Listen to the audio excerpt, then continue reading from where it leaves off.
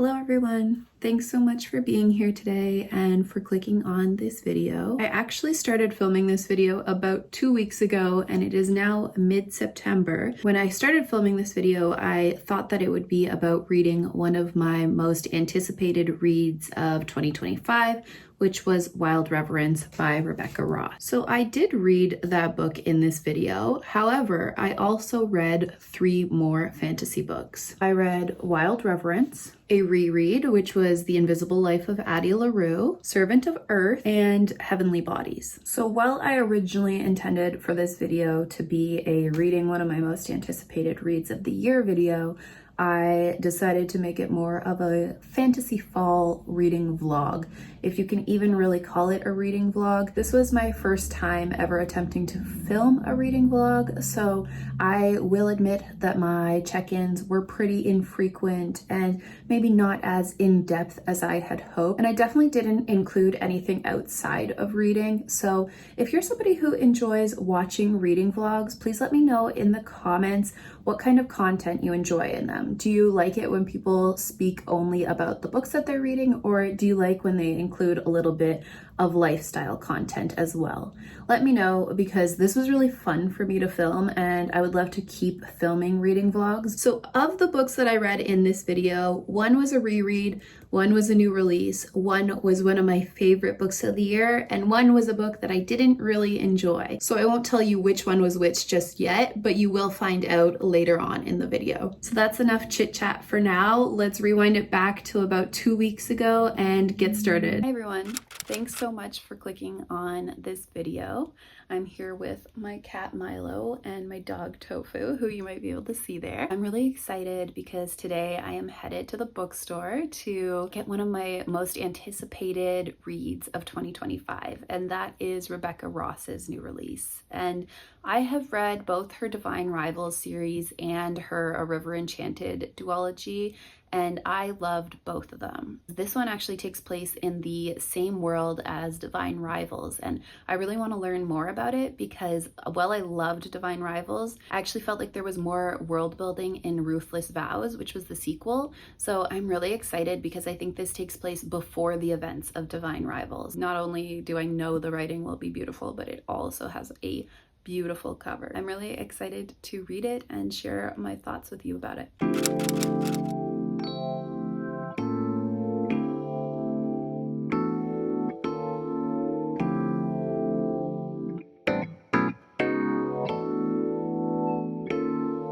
Okay, so I have secured the book and I have also ended up with a Curse Carved in Bone, and I read the first of this earlier in the year and I really liked it, and they had a Your Points Are Worth More sale on. So I did end up with 2 books because I don't have a lot of self-control when it comes to book buying, but I am excited that I've gotten them. So now that we have the books, the next stop is to go get some fall drinks.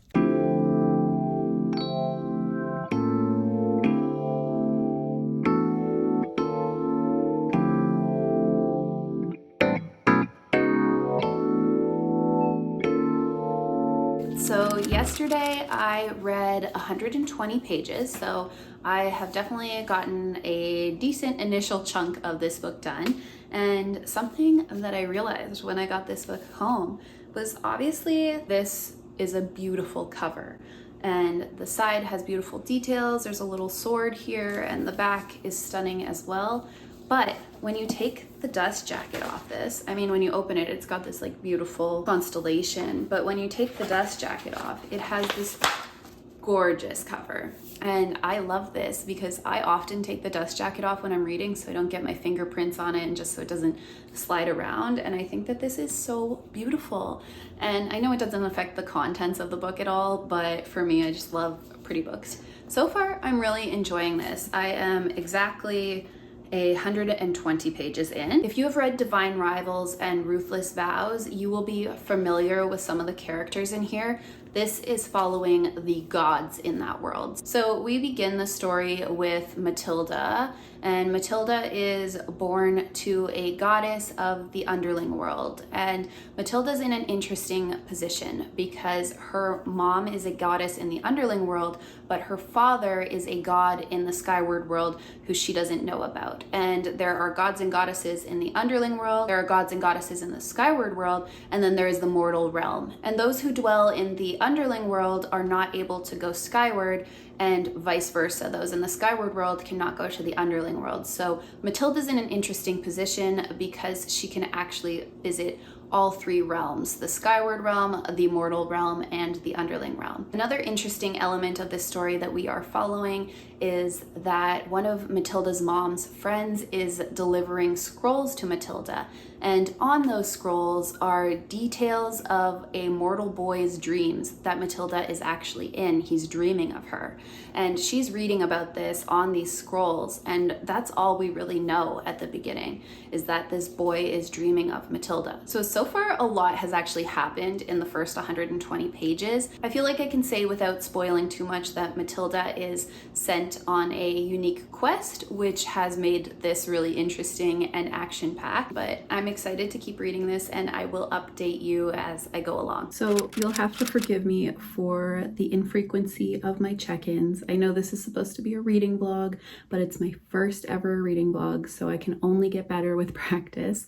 It has now been exactly a week since I picked up Wild Reverence by Rebecca Ross, and I have completed it, and oh my goodness, this was a beautiful book. This is a love story, but it also follows the gods in this world, and if you've read Divine Rivals and Ruthless Vows, then I think that this is a must read because it follows the gods that are in that duology, and you get to learn a lot more about them and how they met one another. And honestly, that was the most interesting part of this book to me. I did like the love story in it, but I loved the mythology of the gods, and this truly felt like reading ancient mythology, and every word in it was so beautifully written. This was like a 4.5 out of 5 stars for me, or even like a 4.75. The only reason I didn't give it a complete 5-star rating is that Matilda, the main character in it, made some questionable decisions that kind of pissed me off at times, but they were also like necessary questionable decisions, so I can't fault her too much for it. It was just almost perfect, but not quite a 5-star for me. I think personally, I still like the Divine Rivals duology more, although it's hard to say because this is also excellent, and I think that this is a wonderful continuation of the story while being different enough that it is unique and stands on its own.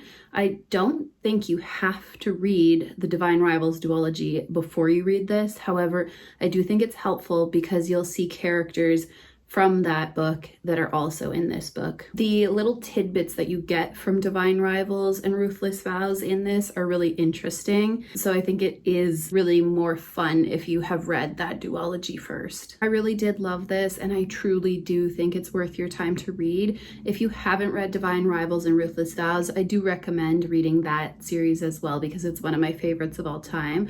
And then this is an amazing spin-off of that series. So I'm so glad that I picked this up. And it was amazing for fall. As I said at the beginning of this video, Rebecca Ross writes these amazing atmospheres that are very dark and gloomy at times, and I think that this was no different. It did take place throughout multiple seasons, but overall it was a perfect read for fall. So originally I had intended for this video to just be a Wild Reverence reading vlog.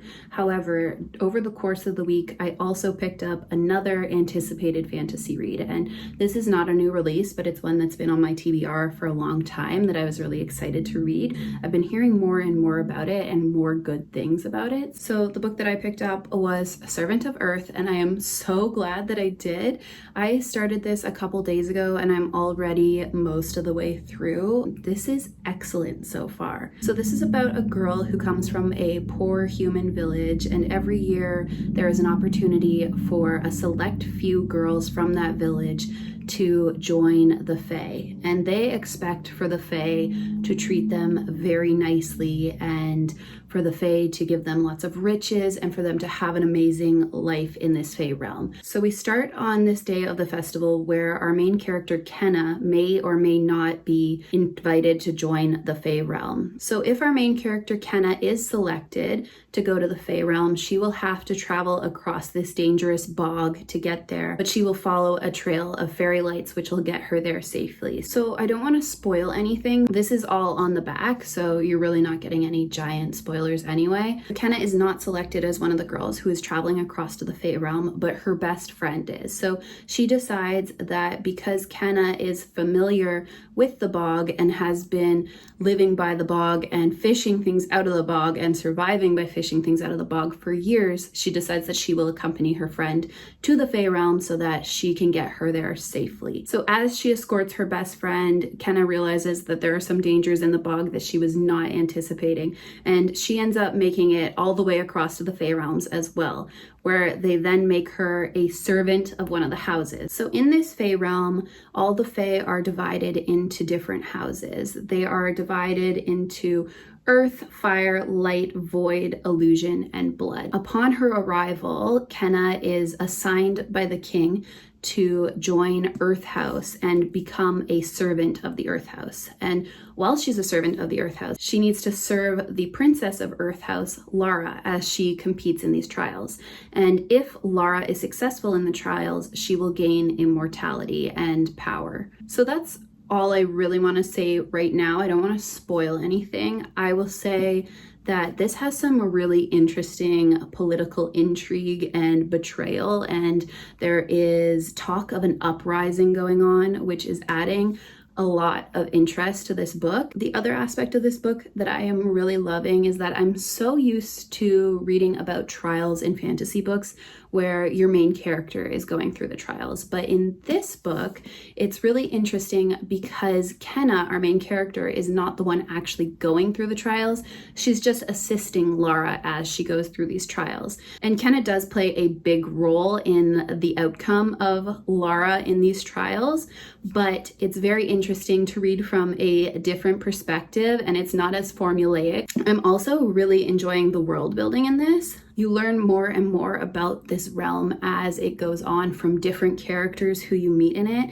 And it's just a very interesting and intriguing. And I can't wait to see how the last 80 pages that I have to go are, because I think that a lot is going to happen. I have some suspicions about how I think it's going to end, and I'm so excited to finish this because the next book comes out in a few weeks at the end of September. So far I'm really, really loving this, and I think it might be a 5-star depending on the ending. So I should mention that there's a little bit of spice in this. There is some romance plot. However, I still think that it is mostly plot driven and has a lot of political intrigue. So it's definitely not solely focused on being a romantasy book. The story is equally moved forward by other elements. But anyway, I'm hoping that I can finish this book today and check back in today rather than a week from now and update you on my final thoughts. I'm really hoping that the ending is ultra intense because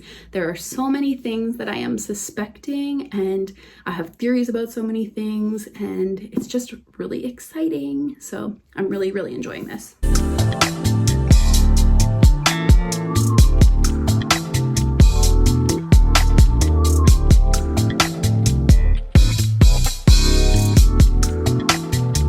I'm back. It is now later in the day and I have completed Servant of Earth and I loved this. This was an absolute 5 out of 5 stars for me. The ending was full of drama and betrayal and I can't wait for the next book. It comes out on September 30th and I have to wait a couple weeks, but I just can't wait to read it. I really wish it was out right now so I could get into it. And I feel like that's actually kind of rare for me. I tend to take a break as I read series. More recently, I have been reading series in order and trying not to take breaks between them. But historically, as a reader, I will read one book and then I'll read something else and then I'll pick up the next one. For me to want to go right into the next book after completing the first in the series says a lot.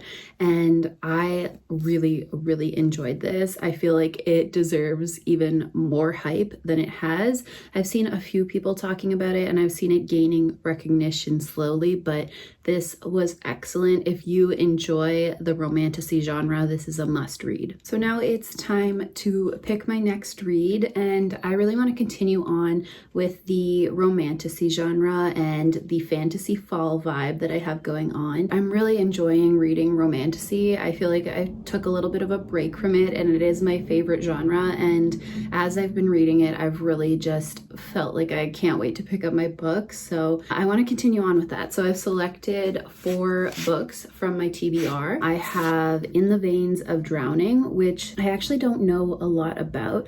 I heard one of my favorite book talkers, Kenzie Deeren, talk about it, and she said she really liked it, and we tend to have similar reading tastes. So I want to try this one out because I've heard good things from her. So the next potential book that I would like to read is Half a Soul, and this takes place in Regency London and is about a girl who has been cursed by a fairy to only have half a soul. So I've heard good things about this one too. I have heard that it's kind of like Bridgerton meets fantasy vibes, so that to me sounds good for fall. So this one is definitely a good contender. The next book that I would potentially like to read is Heavenly Bodies, and I know that this one combines Greek mythology and magic and is enemies to lovers, which is always great in romantasy, so this is another contender. And lastly, I selected Lore of the Wilds. This has been on my TBR for at least a year now, and I bought it mostly based on the cover because I thought it was beautiful. So this is another contender. It definitely looks like it has some fall vibes. Okay, so instead of picking between those books myself, because honestly they're all interesting to me and I'd like to read them all, I've just entered them into a free wheel picker that I found online. So this is how we're going to decide which one I will be going with.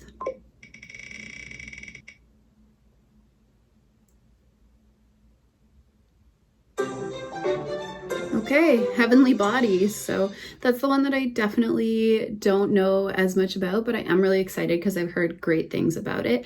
And to be honest, I was kind of hoping it would land on a shorter book, and it landed on the longest of all of them, but that's okay. I bet it is going to be a great read for me. So I'm excited to start that one.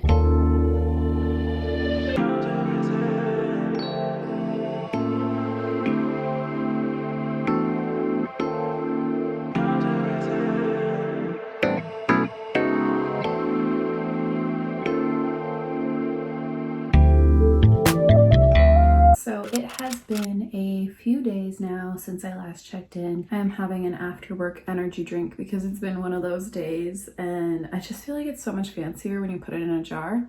And typically I am an Alani girly, but I was at Costco and they had samples of this energy drink called Zoa.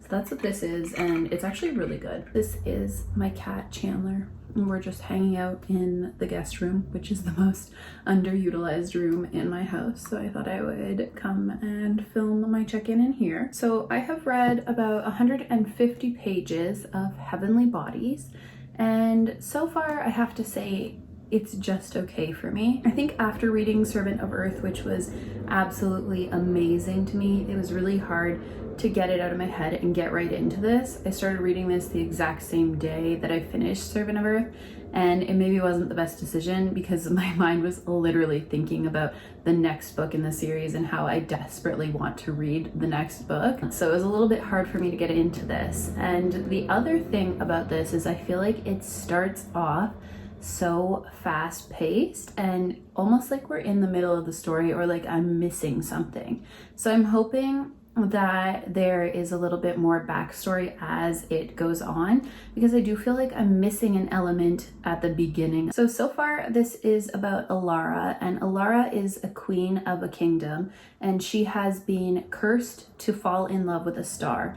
And when she falls in love with that star, it is going to kill them both. And that is the prophecy that she has. So when another star comes to her kingdom, she runs away because she's scared. So when she runs away, Alara is kidnapped by her neighboring kingdom of Helios, and she is recruited to do a task for them, or I guess I should say she's forced to do a task for them, not recruited. And to complete this task, she needs to train with the prince of that kingdom, Lorenzo. And Lorenzo and Ilara do not like one another. And I think so far I wouldn't call this quite enemies to lovers. I don't feel like it's a true enemies to lovers. I feel like so far they definitely dislike each other, and I guess that's me assuming that the romance is going to be between Alara and Lorenzo. I actually don't know yet, so I'm only 150 pages in, and I would say like it's not bad. It starts off really fast-paced and definitely has an entertaining plot that moves along quickly, so I'm enjoying that aspect of it, but I just feel like I'm missing something, and I'm hoping that it gives me a little bit more backstory soon. So something about me as a reader is that I often read multiple books at once. It is very rare for me to just focus on one book. So I've actually picked up another fantasy, which is actually a reread for me, which is The Invisible Life of Addie LaRue by V.E. Schwab. And this is a beautiful story. So this is a story about Addie LaRue, who makes a bargain with a stranger that she thinks will improve her life, but actually turns out to be more of a curse. And the curse is that she will be forgotten by everybody that she meets, and nobody will remember her long term. So she can't have any long-term relationships, she can't have long-term friendships, her family forgets her, so she is pretty much cursed. So I don't want to spoil too much about the plot of this book, but I will say that if you enjoy writers like Madeline Miller and Rebecca Ross, then I think you'll really enjoy the writing in this book. This is poetic at times, and it is very atmospheric, and it is just a very well written story. So I am honestly like over 50% through this, and I think that I will finish it quickly, but I am hoping to get a good chunk of Heavenly Bodies done tonight, and I'm really hoping that this story picks up a bit.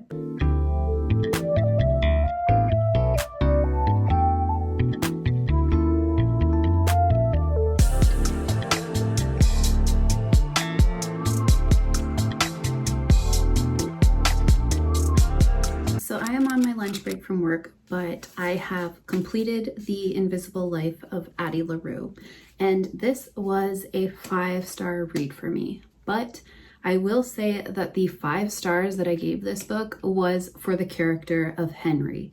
I absolutely loved Henry, and I found him to be one of the most genuine human characters that I have ever read. And I did like the other main character in this book, Addie, but at times I found her a little bit annoying, or her decisions to be a little bit annoying, but I did feel like it was important to the story. But the 5 stars that I gave this book were for the character of Henry, because I just felt like he was so well written. I think that if you're somebody who relates to the metaphor of the fig tree from The Bell Jar by Sylvia Plath, then you will really relate to Henry. That metaphor is about having multiple interests and having multiple ways that you feel your life could go, and Henry feels that in this book. So I feel like if you can relate to that metaphor, then you can definitely relate to Henry. This book was actually a reread for me. I read it last year and I liked it, but I actually left it unrated because I felt like it had had a lot of talk around it and I expected a lot from it, but when I finished it, I just didn't know how to rate it. But I felt like this time it was the perfect time in my life for me to read this, and it was a 5-star for me. I actually took the time to annotate a little bit of the book, which I never do. I actually highlighted some of the passages. This book is definitely a different type of fantasy than the other ones that I've been reading in this video. This book actually takes place in real places like New York and Paris, but it still has fantastical elements, which is why it is still classified in the fantasy genre. This is very different from your typical romantasy formula that you will see over and over again, which is why I would say it differs a lot from other romanticies, and I would describe it more as a fantasy with a lot of romance elements, but it won't be exactly as you're expecting, and it'll be very different from your typical romantasy. I wouldn't describe this book as super fast-paced. I think it is a very character-driven story that is atmospheric and poetic. So if you're looking for a really fast-paced fantasy, I don't think that this is the one for you, but if you love atmospheric, poetic writing, then I think you will love this. So in summary, I really loved this. I am so happy that I decided to reread this,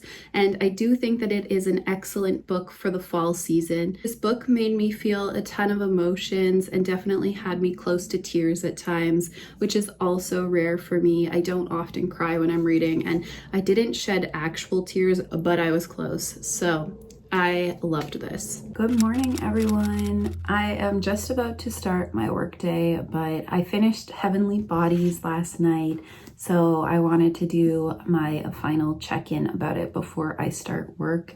I also got this really cute mug yesterday. I was working on so much school stuff because while I work, I'm also going to school, and I took a little break to go to the bookstore, and they had this cute mug, and I'm honestly such a sucker for Halloween themed things and mugs in general. I have way too many. I'm actually on a mug buying ban, but this one was added to my collection because I thought it was very cute.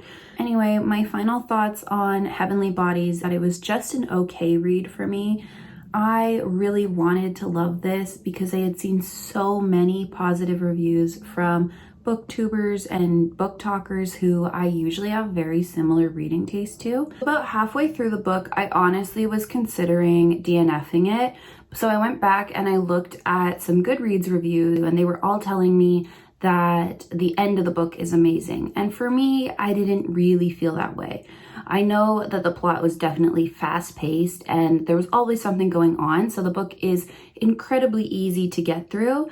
But for me, I was really hoping for more from the backstory. I felt like we were kind of thrown into the plot and that not a lot of context was given about how we got there. So I thought as the book went on, there would be more world building. But for me, that didn't really ever appear, and I really wanted it to because I thought that the book was based on such a unique premise, and I love that it was based around stars, so it had so much potential. But for me, just not enough was explained about the world. So the other aspect of the book that I had challenges with was the romance in it. I personally felt that this was insta-love. I don't even feel like they were enemies to lovers at all, not even dislike to lovers. I just felt like they were like mild dislike to lovers. And honestly, the MMC Enzo was very well thought out, in my opinion. And he was probably the most well-rounded character. But because he was so well thought out, it was obvious to me that the female main character and the side characters were less well thought out. So I honestly feel both bad and sad that I didn't enjoy this book because I really wanted to love it, and I feel like I'm definitely in the minority. I think based on the Goodreads reviews, so many people enjoyed it. I mean, based on the first book of the series, I'm just unsure if I would enjoy the rest of the series, and there are so many books on my TBR that I think I will spend time reading through it rather than continuing on with this series. I am sorry if you are a lover of Heavenly Bodies. I really wanted to enjoy it too. And honestly, don't get me wrong, it was not a 1 star. Like, I gave this 2.5 stars because the plot was entertaining. I wasn't bored until toward the end where I felt like things were getting a little bit predictable.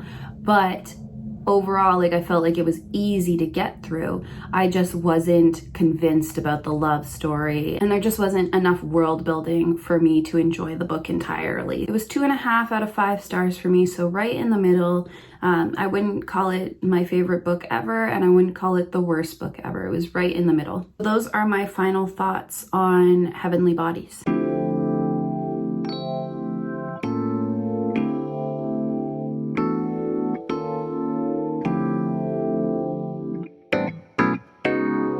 Thank you so much for taking the time to watch this video today, especially if you've made it this far.